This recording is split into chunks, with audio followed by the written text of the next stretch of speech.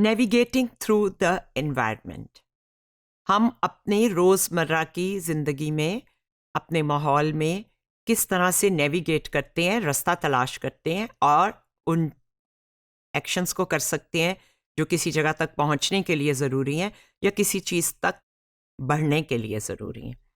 इस नेविगेशन के लिए अगर हम इस इमेज को देखें तो जो ए है इमेज, ये ऑप्टिक फ्लो को शो कर रहा है जो जनरेट हो रहा है जब कोई इंसान बिल्कुल सीधा स्ट्रेट मूव कर रहा है टुवर्ड द वर्टिकल लाइन जो कि हमें यहाँ पे नजर आती है। और बी जो है वो शो करता है कि ऑप्टिक फ्लो जो जनरेट होता है जब वो कर्व्ड पाथ से, यानी थोड़ा सा टेढ़ा होके जाता है और उसने भी उसी वर्टिकल लाइन की तरफ जाना है, तो ये ऐसे होता हुआ नजर आ रहा है और वो लाइनें यूं जा रही हैं। जो लेंथ ऑफ लाइंस हैं वो पर्सन्स की जो स्पीड है उसको इंडिकेट करती हैं कि स्पीड कितनी तेज़ है और करीब जाके जहाँ पहुँचना है वर्टिकल लाइन के, वहाँ जाके वो ब्लर होती हैं। ये लैंड और ली का एक एक्सपेरिमेंट था।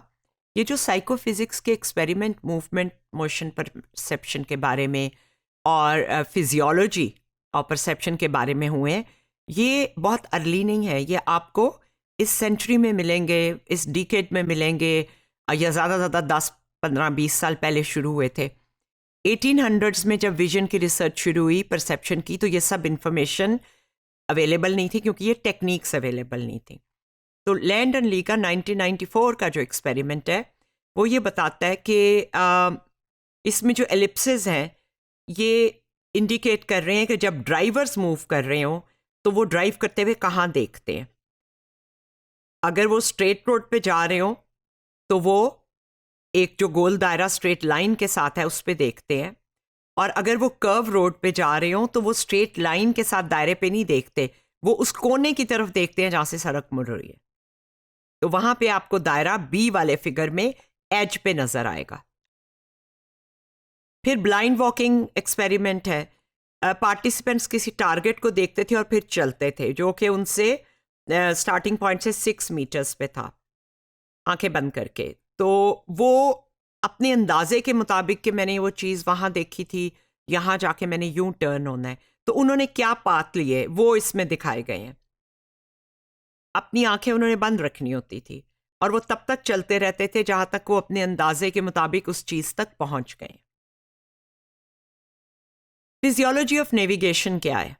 हमारे पीपीए यानी पैरा हिप्पोकैम्पल प्लेस एरिया में ऐसे न्यूरॉन्स हैं, हमने पहले ये बात डिस्कस की थी, जो बिल्डिंग्स, कमरे और जो चीज़ें लोकेशंस के साथ एसोसिएटेड हैं, रोड या हॉराइजन, उसको रिस्पॉन्ड करते हैं।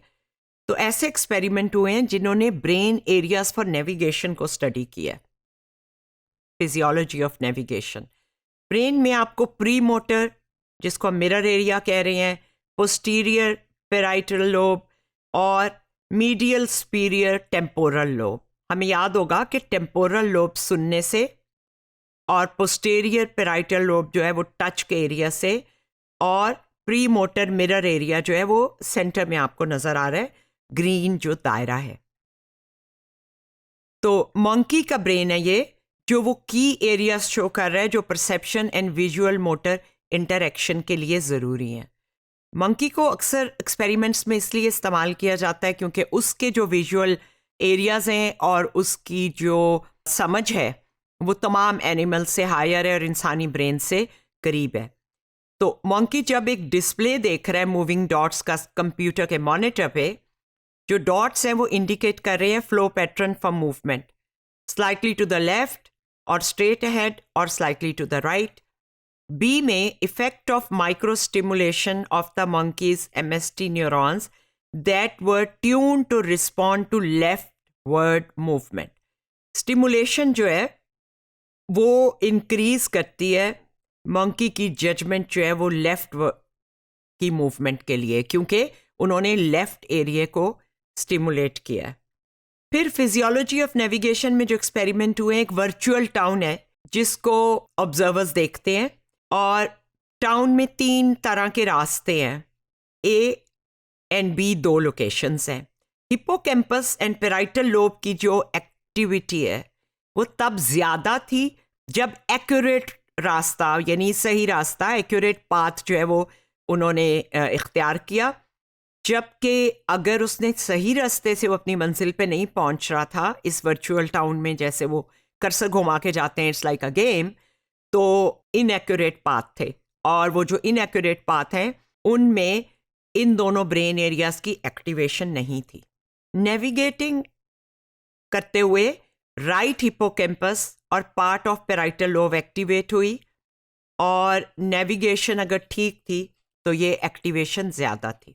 इसी तरह का और एक्सपेरिमेंट हुआ है। हम किसी जगह जाते हैं तो कुछ चीज़ें याद रख लेते हैं कि हम जहाँ से मुड़े थे उसके कोने पे एक साइन बोर्ड था या उसके कोने पे एक दुकान थी, ऐसी चीज़ें जो हमें पता है कि वहीं मौजूद रहेंगी।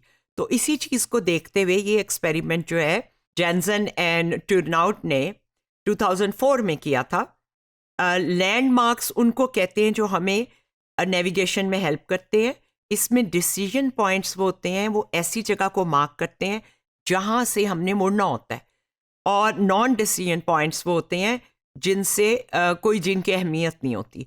तो अगली दफ़ा जब आप उस जगह जाते हैं तो आप लैंडमार्क्स को याद करते हैं और अपने डिसीजन पॉइंट्स को।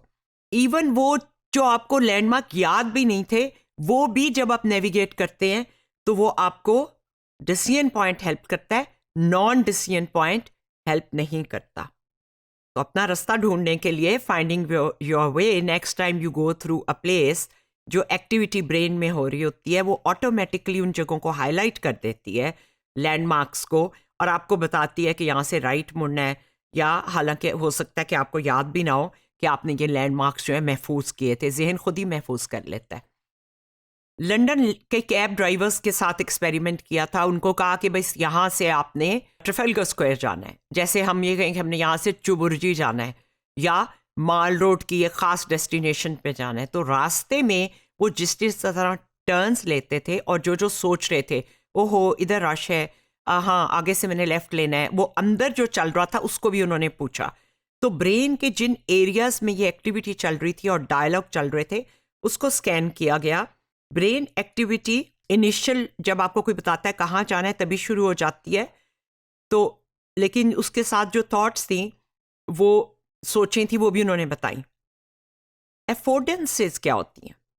एक तो ये कि चीज़ें क्या होती हैं हमने पहचानना है, और दूसरा ये कि किस लिए होती हैं। मसलन कप है तो ना सिर्फ हम कप को पहचानते हैं बल्कि ये भी हमारी परसेप्शन में आ जाता है कि ये चाय डालने या पीने के लिए। जब हमने चीज़ों को हाथ बढ़ा के पकड़ना होता है उसे हम रीचिंग या ग्रास्पिंग कहते हैं। तो ये जो अफोर्डेंसेस हैं ये आपको बताती हैं कि आपने ये चीज़ उठानी है या ये चीज़ नहीं उठानी। अगर आपको पता है नहीं किस चीज़ का इस्तेमाल क्या है तो आप उसको बढ़ के नहीं उठाएंगे। एक बहुत इंटरेस्टिंग बात, कुछ लोग पैरालाइज होते हैं। तो इतनी एडवांस हो गई है ये ब्रेन की टेक्निक्स जिनके ज़रिए हम ये सारे स्टेप्स को स्पेसिफाई कर रहे हैं। अब ब्रेन तो तमाम कुछ कर रहा है लेकिन क्योंकि पैरालाइज्ड है स्पाइनल कॉर्ड तो मूव नहीं हो सकता।